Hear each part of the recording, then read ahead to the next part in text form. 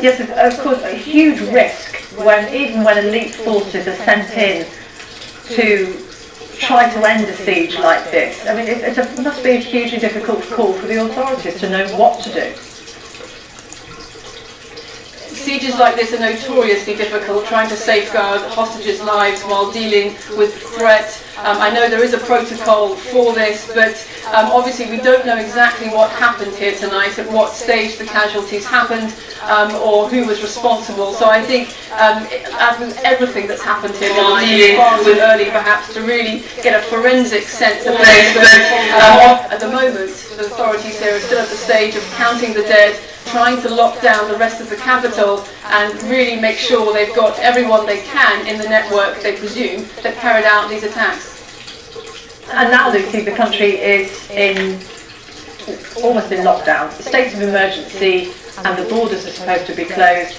What's that going to mean for people in France? Well, I think it was President Hollande's initial reaction to a situation that very few people understood tonight.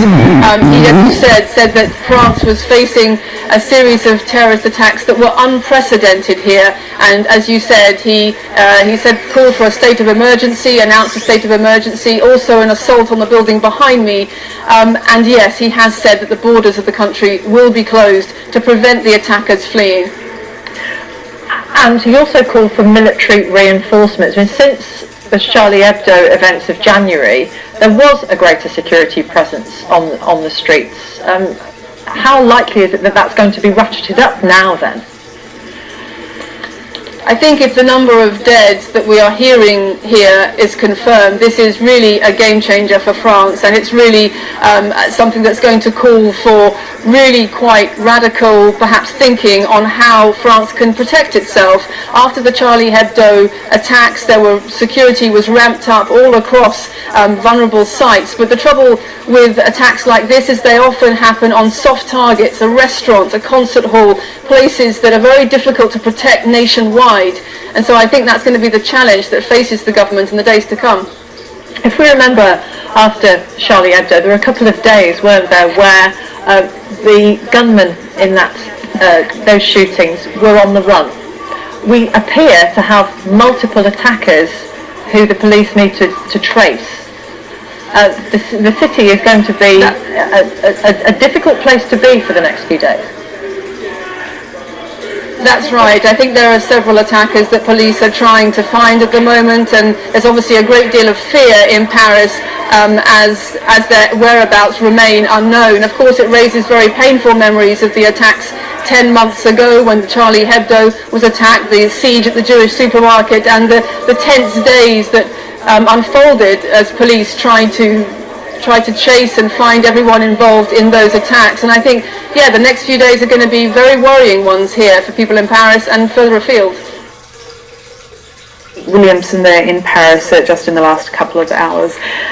Well, Richard Galpin is with us, our World Affairs correspondent. Richard, just before you leave us this hour, your final thoughts? Well, I think one thing which particularly strikes me is this quote we've had from a witness who was inside the concert hall which was attacked by the gunman, and he is quoted as saying that he heard one of the gunmen saying, "This is all your fault, President Hollande, you should not have intervened in Syria." We also now know that quite a lot of the gunmen also had suicide vests on them which they detonated inside that concert hall when the police assaulted it. So we're beginning to build up a bit of a picture about who might be behind this attack. Of course, we can't jump to any conclusions, but we're beginning to build up that picture. And what we also know is that it's only a couple of months ago since the French President François Hollande took the decision to extend the military involvement. They had been involved in Iraq and bombing in Iraq using their air force.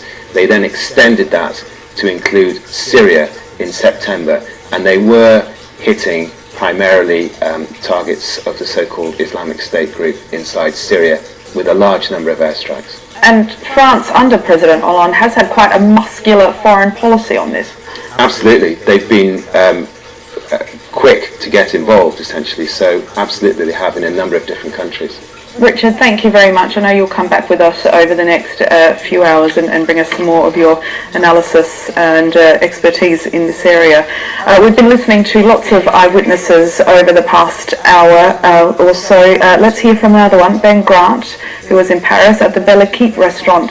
We haven't heard too much about this attack, but let's listen to what he had to say about it.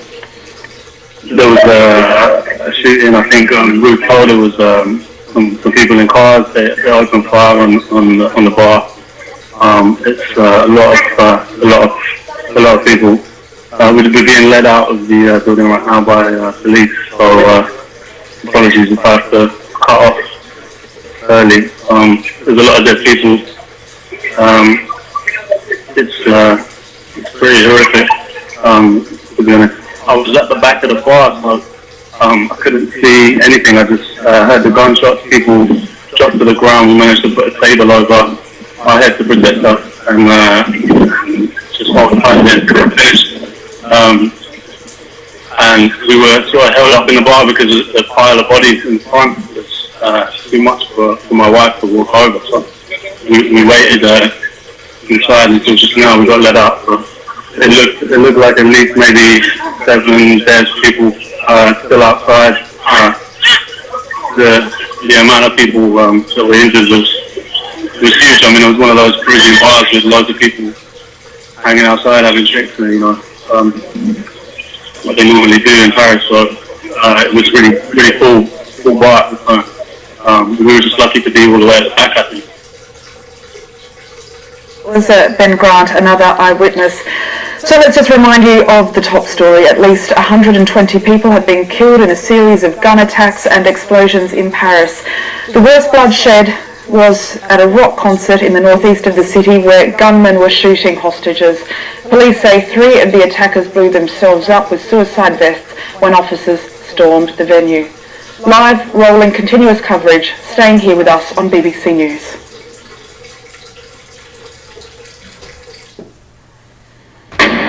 And this is BBC News, broadcasting at home and around the globe. I'm Daniela Retorto. Our breaking news this hour. At least 140 people have been killed in a series of gun and bomb attacks in Paris. In the worst incident at a rock concert, police say around 100 people died. 2 suicide bombings took place outside the National Stadium where President Hollande was watching the French football team play Germany. The President has declared a state of emergency and closed the country's borders. Police say all 5 of the attackers have been killed.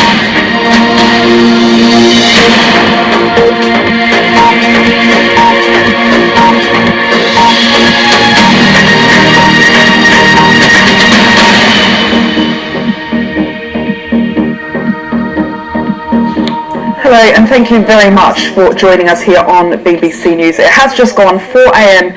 in Paris, where more than 100 people were killed in a series of shootings and explosions. The worst bloodshed was at a rock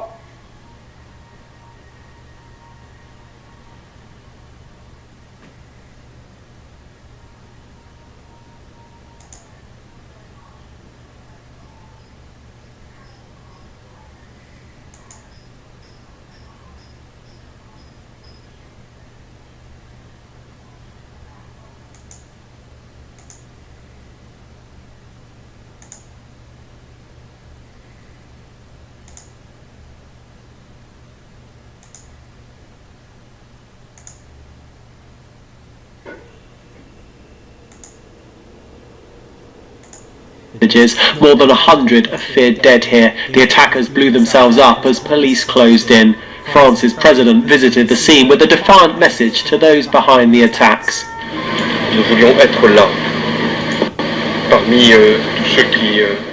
We wanted to be here, among all those who saw these atrocious things, to say that we are going to fight, and our fight will be merciless, because these terrorists that are capable of such atrocities need to know that they will be confronted by a France that is determined, unified and pulled together, and a France that will not let itself be overawed, even if today it is expressing an infinite amount of emotion at this drama and this tragedy, which was an abomination and a barbaric act. The British Prime Minister David Cameron said he was shocked by events in Paris. The German Chancellor Angela Merkel said she was deeply shaken, views shared by President Obama. Paris itself represents the timeless values of human progress. Those who think that they can terrorize the people of France or the values that they stand for are wrong. One eyewitness said he was in a bar with his wife when gunshots were fired. I couldn't see anything. I just heard the gunshots. People dropped to the ground. We managed to put a table over our head to protect us. And we were sort of held up in the bar because the pile of bodies in front was too much for my wife to walk over. The police say they believe all the attackers are dead, but the hunt is still on for any accomplices. Simon Jones, BBC News.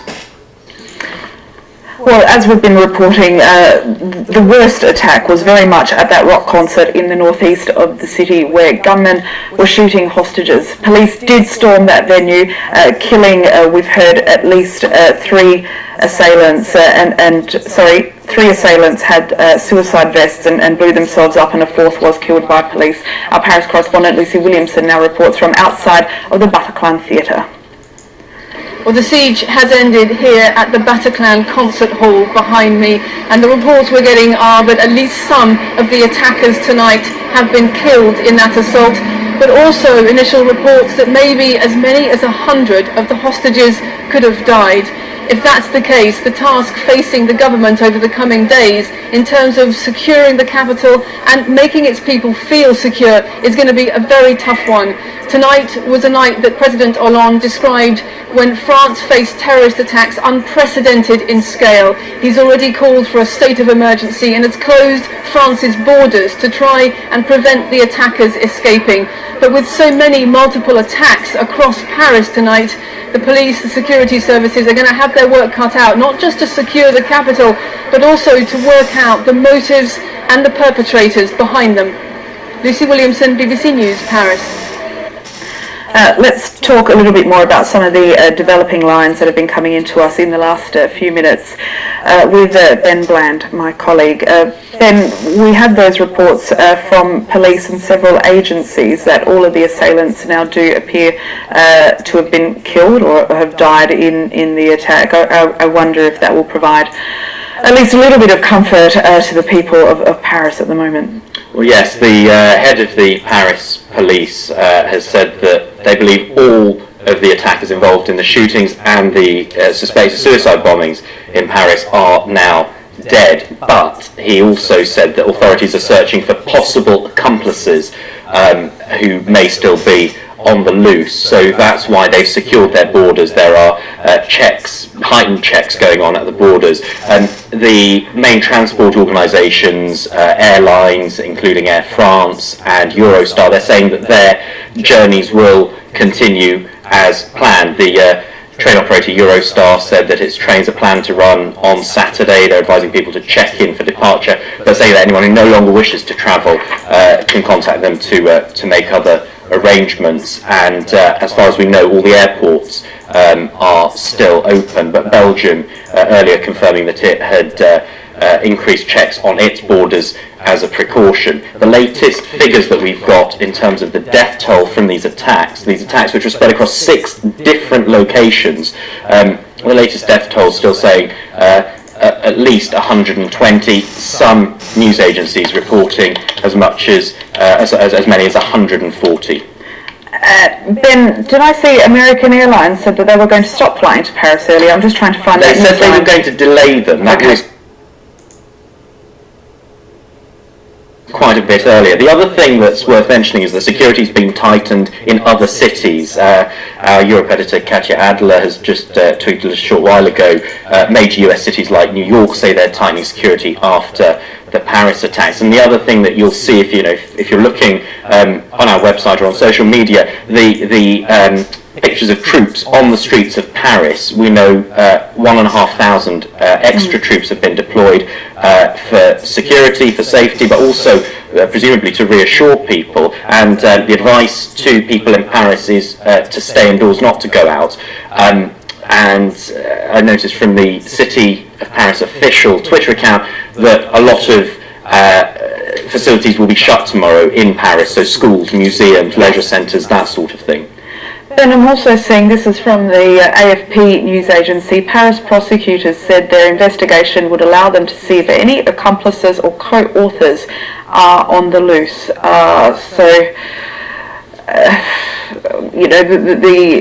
The official line is that they're all dead. However, who knows? Who knows if there were other people planning, accomplices, other people who knew about what was perhaps about to happen. Indeed. Let me just bring you a line actually on the victims that I've just spotted from our correspondent Damien Grammaticus, who's just said that there's a survivor at the Bataclan concert hall told French media that around 60 people escaped, pulled one by one onto a roof and into a nearby apartment. So, you can only imagine the horror that they were going through as all this was unfolding around them. As I think you mentioned a short while ago, the authorities in Paris have confirmed that 3 of the attackers at the concert blew themselves up. A 4th was killed as police stormed the venue.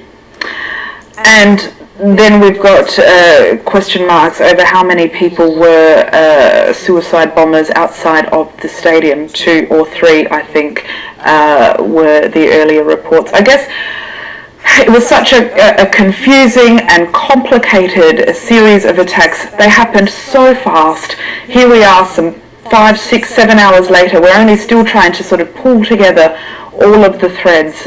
Some 6 locations that this happened around Paris, and they were all quite close together as well. And they were in the heart of Paris, where people were having drinks, having dinner, going to a rock concert, just having normal Friday night after the end of a working week, soft targets, if there were any, more soft targets than a bar and a restaurant. And that's the other thing that's worth mentioning in terms of the victims of this. Paris is, of course, an international city. There will be people who are concerned about relatives. I believe helplines have been set up. But I've also seen on social media people using these functions to mark themselves as safe, and also people trying to get in touch with their loved ones. We don't know yet at this stage. It's still far too early to know the nationalities of those the victims of these multiple attacks. Okay, Ben, for the moment, thank you.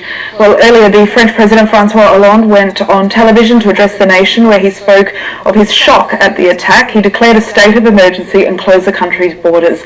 And within the last few hours, he and top government officials have visited the Bataclan concert hall, the scene of that horrific attack on those concert goers.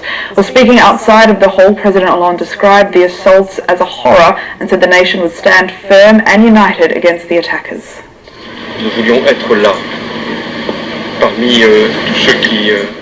We wanted to be here, among all those who saw these atrocious things, to say that we are going to fight, and our fight will be merciless, because these terrorists that are capable of such atrocities need to know that they will be confronted by a France that is determined, unified and pulled together, and a France that will not let itself be overawed, even if today it is expressing an infinite amount of emotion at this drama and this tragedy, which was an abomination and a barbaric act. President Hollande outside of the Bataclan concert venue. As we were saying earlier, this happened so quickly. There were so many attacks, at least 6 now we understand. So let's remind you of exactly what happened. We do know that more than 100 people have been killed in this series of gun attacks and explosions in Paris. The worst by far was at that rock concert where President Hollande was just speaking from outside. Gunmen were shooting hostages, we understand, one by one from some of the witness statements. Police then stormed that venue, killing at least 2 assailants, although that's now been updated. We understand that 4 people were killed in that attack. 3 of them blew themselves up, as we understand, and a 4th was killed by police. Earlier, at least 10 people were shot dead at a nearby restaurant, and several explosions went off outside of the National Sports Stadium, Stade de France, during a friendly match against Germany. President Hollande was at that football game. He was then airlifted by helicopter, called a government meeting and declared a state of emergency, closing France's borders. He has promised a merciless fight against terrorism. Well, let's get some of the French reaction with Marie Billon. She is a French journalist who's been monitoring events and speaking to friends and family back home. And I guess for me, I'm just so interested in just how people are feeling. I mean, they must have been terrified and horrified, and you must have just felt sick having to get in contact with everyone.